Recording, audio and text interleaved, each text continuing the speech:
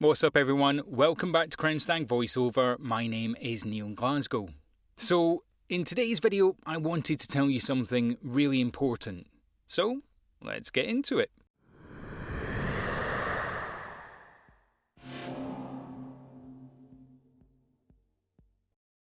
What I really need to tell you, and I really need you to pay attention to this, stop, for the love of everything you hold holy, messing with your audio.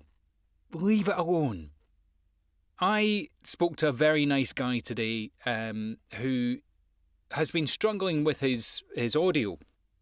He was really concerned about how it was coming across.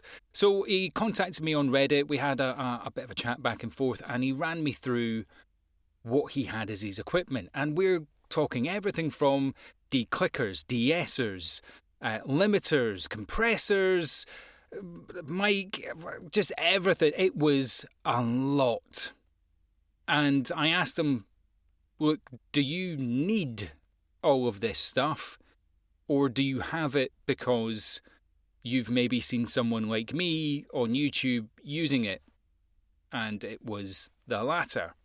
And then I asked, have you learned how to use it, or did you just copy the settings that you saw? Again, it was the latter. And I had a chat with him, and he sounded, and I genuinely, if you're watching this, sounded great. He sent me a voiceover sample for an audiobook, and it was the type of thing that I've listened to 1,000 times before and will listen to 1,000 times again. Great delivery, great sound, great voice, but there was all these little distortions that were all over the place. And it just made me think that when you're starting out, or even when you're established, when you've got all of these funky toys, you kind of want to use them, and actually you might think right off the bat that you need to use them. And I want to just let you know that the only job you have as a voiceover artist, the only thing that you need to do is sound good. Deliver that properly. Make it engaging. Make it so that people will pay you to read their content, read their scripts, read their adverts. And for their clients and their customers to be engaged by your voice. Your job as the voiceover artist is not, in most cases, to also be an audio engineer.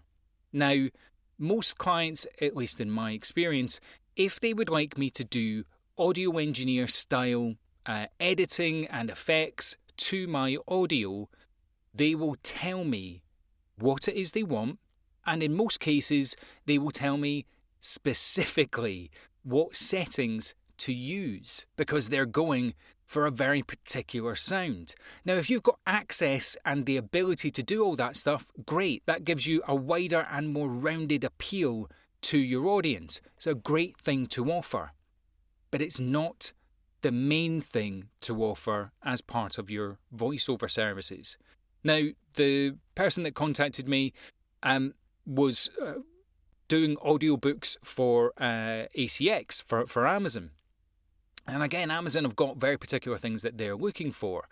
And his big concern was, I'm using all this stuff and I never seem to get through the parameters that ACX put out there just using my mic and my booth. And I've also experienced this with ACX. But what I found is it's not to do with all the other things that I can throw at it. It's something between when I render my sound, my files, and when it goes to ACX. And in my experience, it was always around volume. I would normalize to the volume that they wanted, but it didn't seem to work. So I would have to go louder. And in my opinion, I went too loud, but it worked absolutely fine. I imagine that there is something on ACX's side that will sort it out to be at the right level. But that's something that you can ask them, and again, they'll be very specific to say, we need X done. You might be too quiet, make it louder. This bit's not working, make it louder. Whatever it is. Don't Give yourself more of a job than you need to do. And please, please, don't go out and buy all of this expensive equipment just because you saw someone else on YouTube or read a blog or whatever it is talking about this bit of technology. There are so many amazing bits of kit out there that you can use in VoiceOver to make you sound any way you want it to sound. But that's not, by and large, what your clients are going to be paying you for.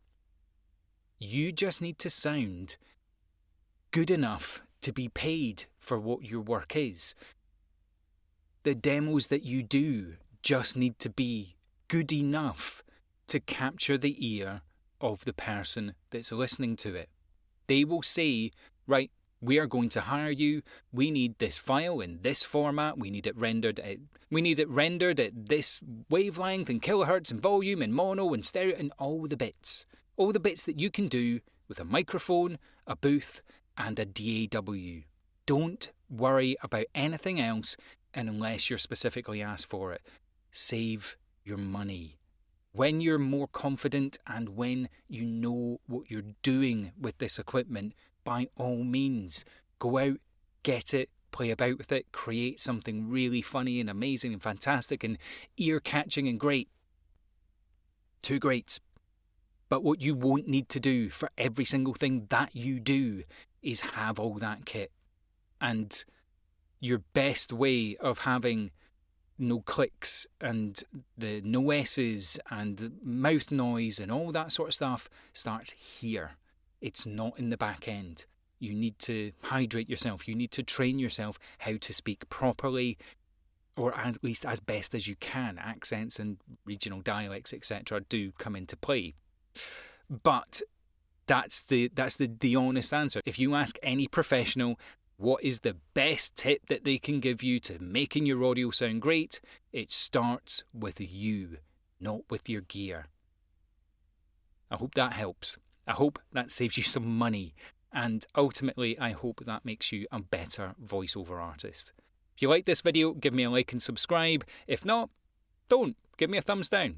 As I say, constructive feedback, always welcome. And remember, you can absolutely be a voiceover artist. I'll see you in the next video.